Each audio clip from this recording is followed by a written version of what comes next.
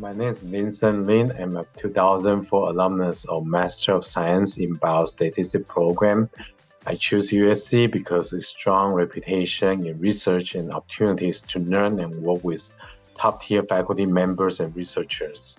The faculty members there do not just focus on research, but also help students develop their research skills. The most skill set I learned as a student was the real-world experience in conducting research and clinical trials.